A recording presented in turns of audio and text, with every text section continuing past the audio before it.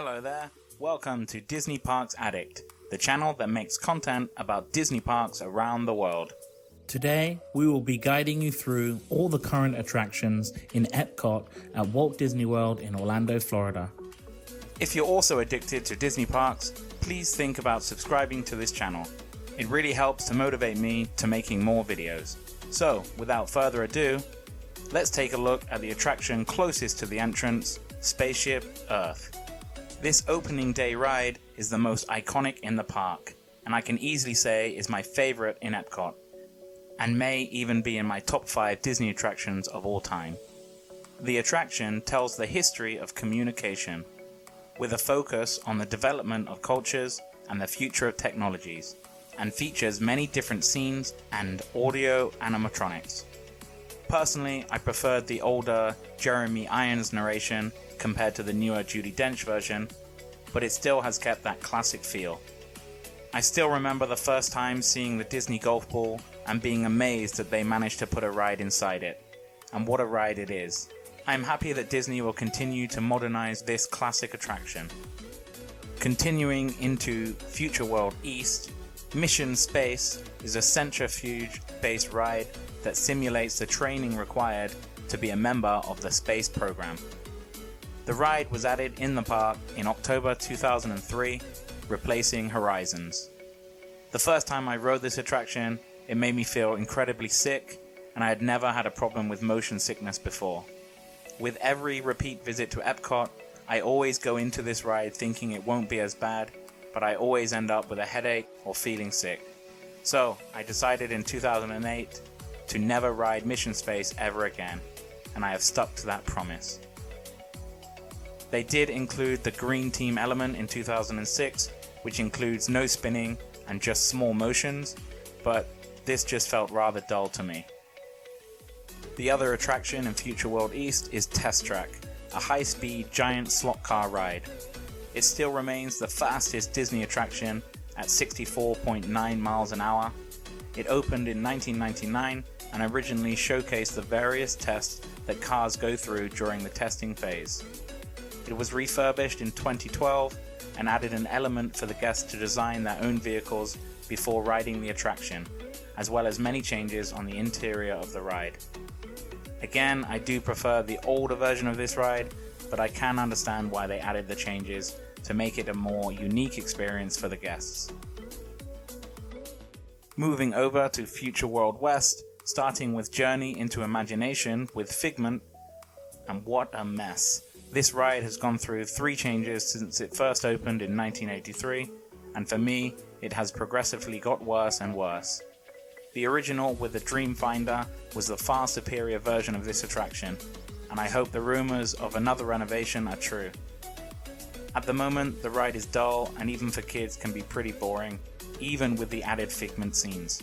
Next to Journey into Imagination is the Disney and Pixar Short Film Festival, which replaced the classic Captain EO tribute, and before that, the brilliant Honey, I Shrunk the Audience. The 3D show is composed of 3 animated shorts, and the problem I have with this attraction is that it's just a shadow of the 2 former attractions that was based in this pavilion. The short films are nice enough, it rarely has a queue, and is a good way to cool off from the heat, but it just feels like a temporary replacement until something else is added. Hopefully a new show or attraction will be added while Epcot is having its big overhaul over the next few years. Moving round Future World West, the Land Pavilion houses 2 attractions, with the first being Living with the Land. This boat attraction takes guests through a few show scenes with audio animatronics before entering a working greenhouse. I always enjoy this ride as it usually has a low wait time and is an enjoyable, educational 20-minute ride. It showcases a variety of different modern farming methods with lots on display. It's fun to look out for the many hidden Mickeys featured throughout the greenhouses, and it's great to know that all the fruit, vegetables and fish that are farmed here are used in the restaurants around the Walt Disney World Resort. The other attraction in the Land Pavilion is Soaring Around the World, which is a hang glider simulator that flies over various locations around the world. It was added to Epcot in 2005 in its original iteration, Soaring over California, after the popularity of the attraction in Disney's California Adventure. The new international edition was added in 2016, and I will say I do prefer the original. With the new film, unless you are sitting in the middle row, the screens become a little warped and is very noticeable during some of the scenes and takes you out of the moment. A new movie was added to the Land Pavilion called Awesome Planet. It's an eye-opening 4D film about the Earth's biomes and the perils of climate change, and it also features narration by Ty Burrell from Modern Family. The last current pavilion in Future World West is The Seas with Nemo and Friends. This was added in 2006 and replaced the Living Seas. It is an omni-mover ride featuring Nemo and friends in a real aquarium. I know some people do not like IP attractions within Epcot, but I think this is a great fit and uses an innovative special glass effect to project the animated characters into the real aquarium. The exit of this ride takes you into the sea base, a full working aquarium where you can find sharks, stingrays, manatees, dolphins, and a whole plethora of different aquatic life. Another attraction based in the same pavilion is Turtle Talk with Crush, an interactive show starring Crush the sea turtle, who is also from the Finding Nemo franchise. It is a really popular show with the kids, and it consists of an improvisational, real-time conversation with the audience. Similar to the Monsters Inc. laugh floor in Magic Kingdom, the animated characters interact with the audience and is especially exciting for the kids. Sometimes it can be hilarious, but after repeat visits, you usually end up hearing the same jokes. With limited attractions for younger children, this is a great way to keep them entertained. There are 3 new attractions coming to Future World over the next few years. The most anticipated is Guardians of the Galaxy Cosmic Rewind, an indoor roller coaster and Walt Disney World's first ever attraction featuring Marvel characters. This ride will replace Ellen's Energy Adventure in the Universe of Energy Pavilion and is planned to open in 2021. The next new attraction, also planned to arrive in 2021, is Play, which will be a new pavilion replacing the Wonders of Life.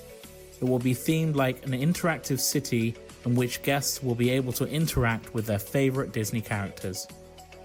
And the last new attraction that was announced at last year's D23 is Journey of Water, a walkthrough attraction inspired by the popular movie Moana. It will be a garden featuring interactive fountains and other water features, leading from the current Innoventions Plaza down to the Seas with Nemo and Friends. Moving out of Future World and into World Showcase, starting with Mexico's attraction, Gran Fiesta Tour, starring the 3 Caballeros. It was originally the El Rio del Tiempo, featuring scenes of Mexican culture, and it was updated in 2007 to include sections with Panchito, Jose, and of course Donald Duck. I love this dark boat ride due to its setting within the interior of the Mexican pavilion, the way it passes by the restaurant, and it has a very short wait time and usually is a walk-on. There have been rumors of a renovation to change it to a Coco attraction, which I'm all for, but they will need to add extra queue lines to accommodate the extra guest traffic. Going around World Showcase, next to Mexico, is the Norway Pavilion, which houses the boat ride Frozen Ever After. Of course, before Frozen Ever After was the cult classic Maelstrom, which showcased Norway and Viking culture, and even had one section of the boat hanging off a ledge which could be seen from the exterior of the ride. In 2016, it was changed to Frozen Ever After with all the popular characters and songs. I can understand why Disney made the change to offer something more for the younger guests, but the nostalgia of Maelstrom makes me wish it had stayed the same. With the change, it now has long wait times, and a fast pass is a must. World Showcase also has 2 360 Circle Vision theaters, one in the Canada Pavilion showing the film Canada Far and Wide. The other theatre is in the China Pavilion, and they are currently showing Wondrous China. Another attraction in World Showcase is in the host pavilion, the American Adventure, a stage show taking guests on a trip through American history using 35 audio animatronics, including Benjamin Franklin and Mark Twain. It is a great show, and I encourage everyone to watch it at least once, but as it's a 29-minute show, and if you've had a long day and are a little tired, it can be hard to stay awake in the comfortable seats and the cool AC, which may be seen as a good thing to some. I doubt I will rewatch the show unless I'm in a great need of a nap. The last attraction I will be looking at is in the France Pavilion, and that is Impressions de France. This 18-minute panoramic movie which visits many of France's cities and historical structures.